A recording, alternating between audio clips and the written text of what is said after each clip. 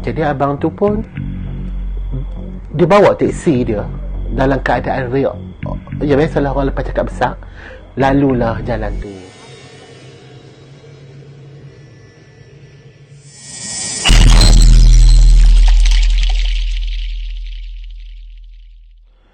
Hai, Assalamualaikum warahmatullahi wabarakatuh. Berjumpa lagi dengan Cik Tun. Okay, so malam ni Cik Tun nak berkongsikan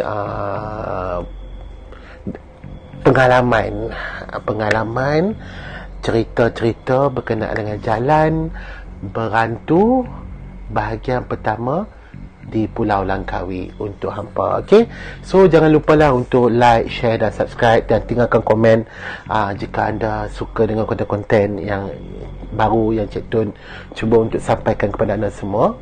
Jadi untuk kali ni, setelah sekian lama Cik Tun menyepi daripada cerita-cerita hantu ni, jadi malam ni Cik Tun kongsikan bahagian pertama dulu, cerita jalan-jalan berhantu bahagian pertama di Pulau Langkawi untuk anda layan.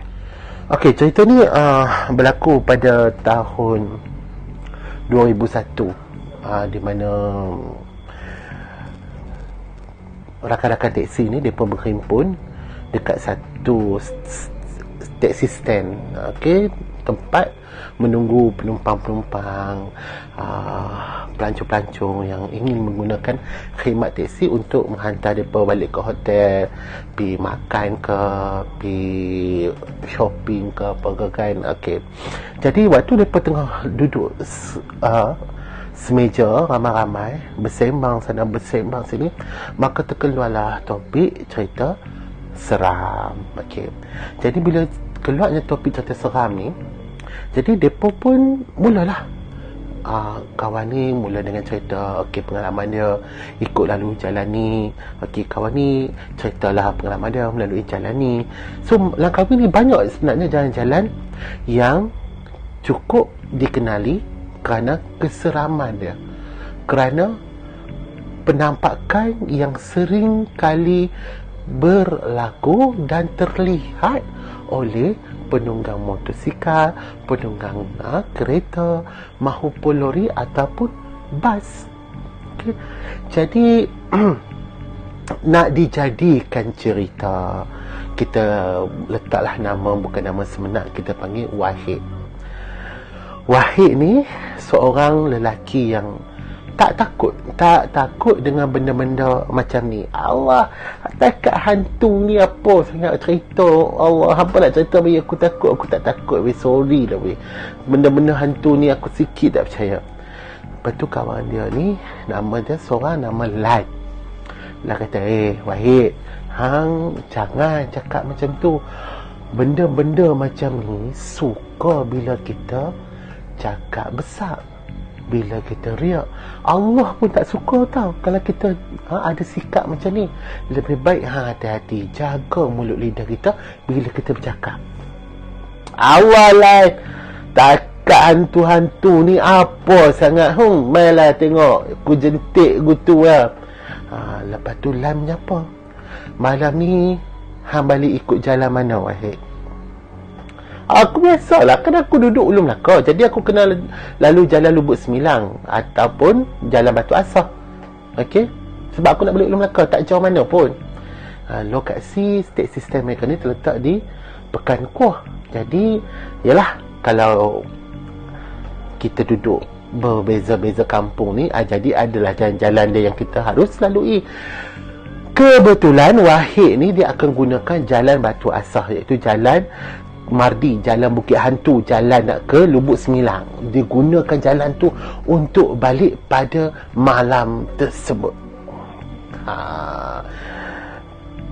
Jadi Lan pun bersuara lagi dekat Wahid. Wahid, aku nak pesan dekat hang, kalau hang balik gunakan jalan Mardi, jalan Bukit Hantu tu, minta hang hati-hatilah.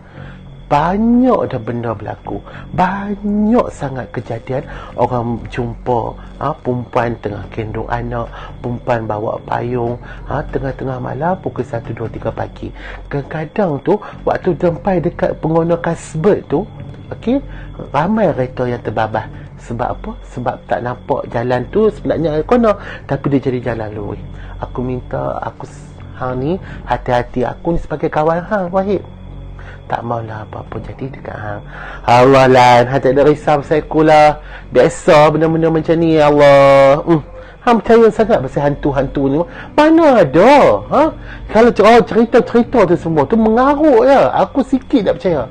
Kata Wahid dekat live. Jadi kawan-kawan dia yang lain yang ada dekat taxi stand tu semua geleng ke kepala kerana riaknya si Wahid ni dengan benda-benda macam ni. Tak percaya. Jadi bermulalah perjalanan yang mungkin mengerikan bagi Wahid untuk dijadikan sebagai pengalaman dalam hidup dia. Okey kah? Semua aku balik dulu lah. Customer pun tak ada. Dah lewat ni pukul 1:30 pagi Perut pun lapar. Tengok abang ni aku masak apa kat rumah. Okey, balik makan nasi. Okey. So Wahid, balik elok-elok lah. Jaga diri elok. Kalau apa-apa jadi nanti call lah kami. Okey, insyaAllah kami bantu. Allah, tak ada risau pasal aku. Sekali lagi Wahid dengan sombong dia terus berkata begitu kepada rakan-rakan dia yang begitu risau akan diri dia yang akan melalui jalan Lubuk Sembilang nanti. So dalam pemanduan Wahid pun bawa kereta. Okay, biasalah buka lagu. Waktu tu mungkin era layan sambil melayan. Tiba-tiba sampai dekat jalan Mardi, jalan Lubuk Sembilang. Dalam jarak lebih kurang 300 meter pemandangan Wahid ke depan, dia nampak jalan tersebut mula menjadi merah, seolah-olah macam darah yang mengalir. Seolah-olah jalan-jalan tu seolah-olah macam laluan yang penuh dengan darah. Jadi Wahid ni tak percaya. Mungkin dia kata, mungkin mata dia memainkan peranan. Allah, biasa ni apa dia, aku tak pernah jadi macam ni, tiba-tiba jadi macam ni. Dia pun dengan sombong dia teruskan perjalanan dia dalam pemanduan dia tu, sambil pemandangan di hadapan dia tu, jalan-jalan yang ada depan dia tu seolah-olah macam bergenang dengan darah. Dalam kelajuan yang dipandu oleh Wahid ketika itu,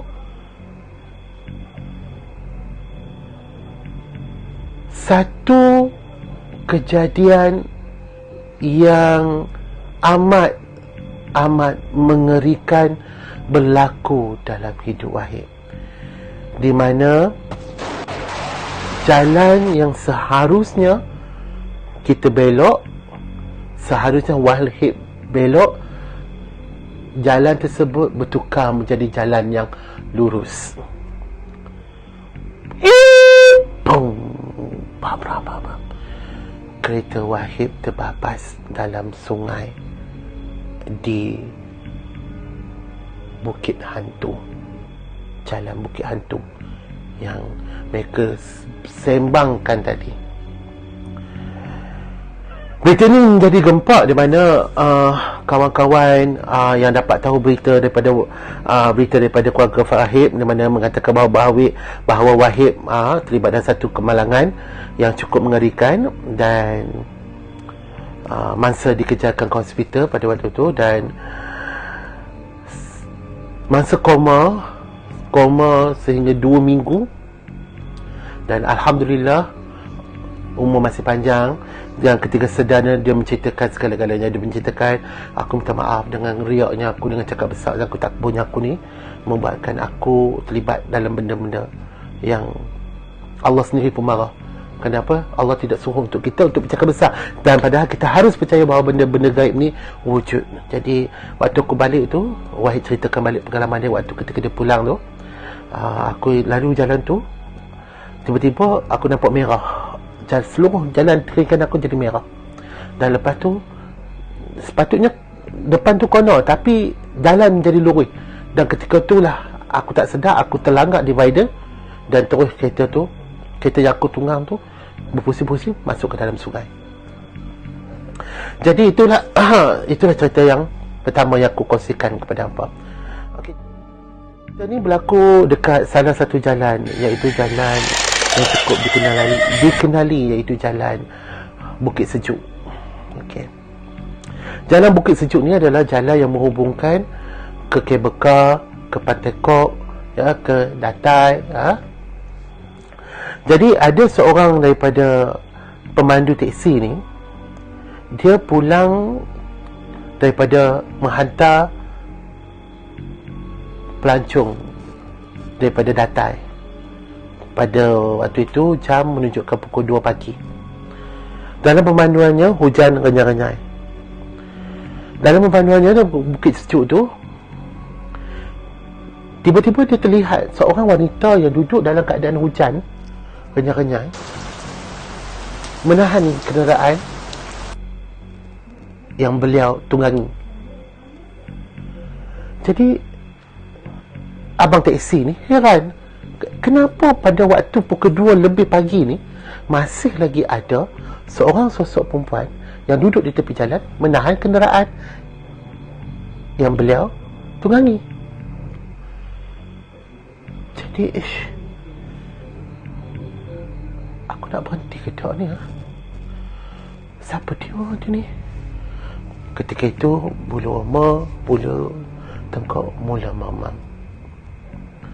Ya Allah, ya Tuhanku, aku mohon kepadamu, ya Allah, Kau selamatkan aku daripada benda-benda yang tidak diingin berlaku, ya Allah. Sesungguhnya aku tahu bahawa benda-benda gaib ni wujud. Jadi abang ni kita pubuhlah nama Abang Azhar. Abang Azhar ni dia tak sampai hati tau guys, tak sampai hati apabila melihat satu sosok wanita perempuan yang ada di sebelah jalan tengah menahan kenderaan dia. Tak apalah, aku tawakal je lah, mungkin orang kot yang dalam kecemasan. Jadi Abang Azhar ni berhenti. Bila berhenti betul-betul dengan perempuan tersebut, pintu belakang kereta dibuka. Bang.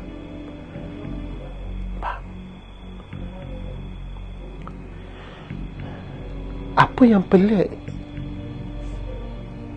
sosok wanita tersebut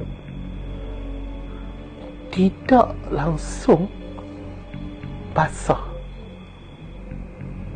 Rambut dia kering, baju dia kering, sedangkan di luar tadi hujan.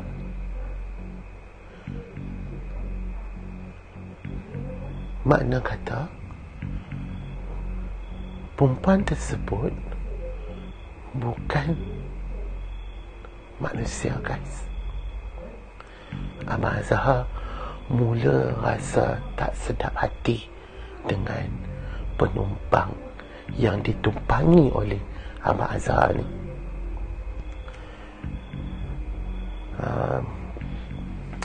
Cik, boleh tak saya tahu Cik nak ke mana?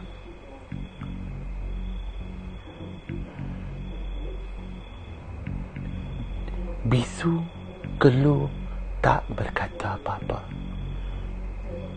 Cik, boleh saya tahu Cik nak ke mana?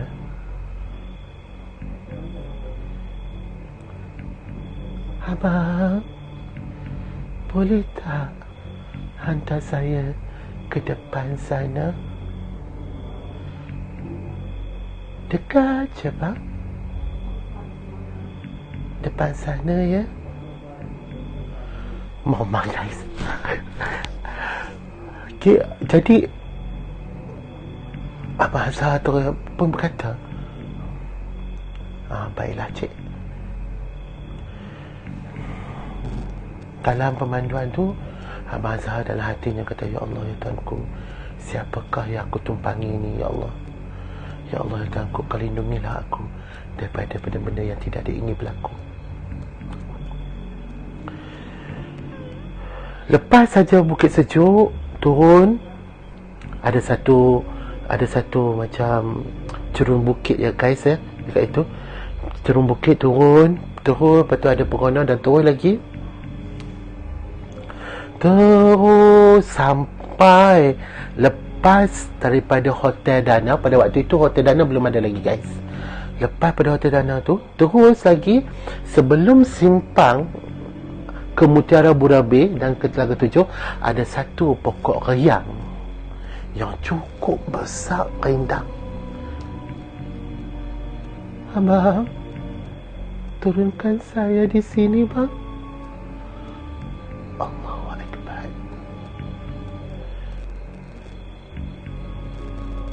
Ya cik, turunkan cik di sini ya? Ya bang, turunkan saya di sini. Jadi Abang Azhar pun memberhentikan kenderaan dia guys, betul-betul depan pokok riang tersebut. Abang, ini duit dia bang, bakinya simpan ya. Banyak sangat ni cik. Tak apa bang, ambil lah bang. Jadi perempuan tu keluar. Bila keluar saja, pintu ditutup, Abang Azhar cuba pusing, tengok lagi sekali, sosok perempuan tersebut dah tak ada. Abang Azhar cari sebelah kiri dia, pusing saja sebelah kanan. Abang Azhar nampak Allahu Akbar, Astaghfirullahalazim, Hangko, ya Allah.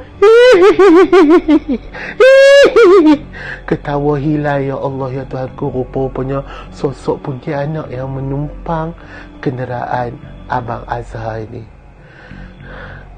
Jadi jalan tersebut memang cukup popular dan famous. Okey, jadi itulah dua cerita yang Cik Tu kongsikan untuk anda malam ni.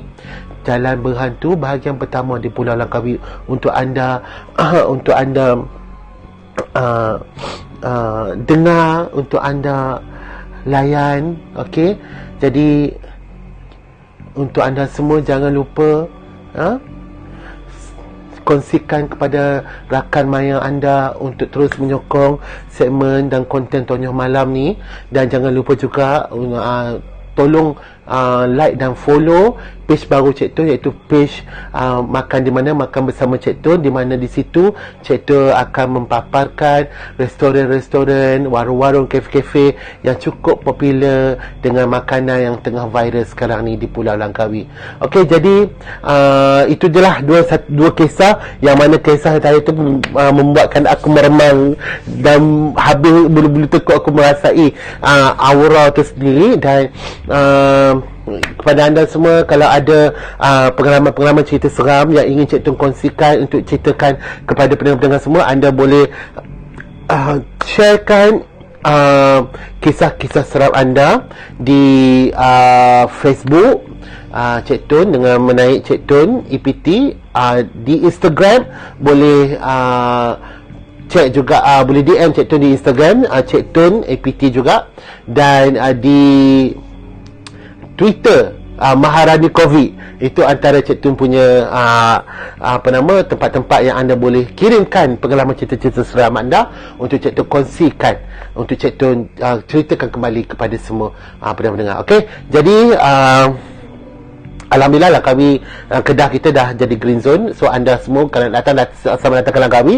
Dan itulah kalau ada salah silap daripada cerita-cerita Cik Tun ni, Cik Tun minta maaf. Dan terima kasih setinggi-tingginya kepada semua subscriber yang mana telah menyokong konten Cik Tun ni. Terima kasih tak terhingga juga buat sahabat Cik Tun, iaitu Hani Surya Ambush, kerana banyak memberikan Cik Tun semangat. Dan tak lupa juga kepada anak-anak buah yang di belakang tabir, iaitu Amirul Iyun, yang mana banyak video-video yang banyak dieditkan oleh dia dan dikongsikan kepada anda semua. Okey, kita jumpa lagi untuk bahagian kedua. Okey, Jalan Berhantu di bahagian kedua di Pulau Langkawi. InsyaAllah kami mulai Jumaat ni. Bye bye. Assalamualaikum. saya tinggal di sini, bang.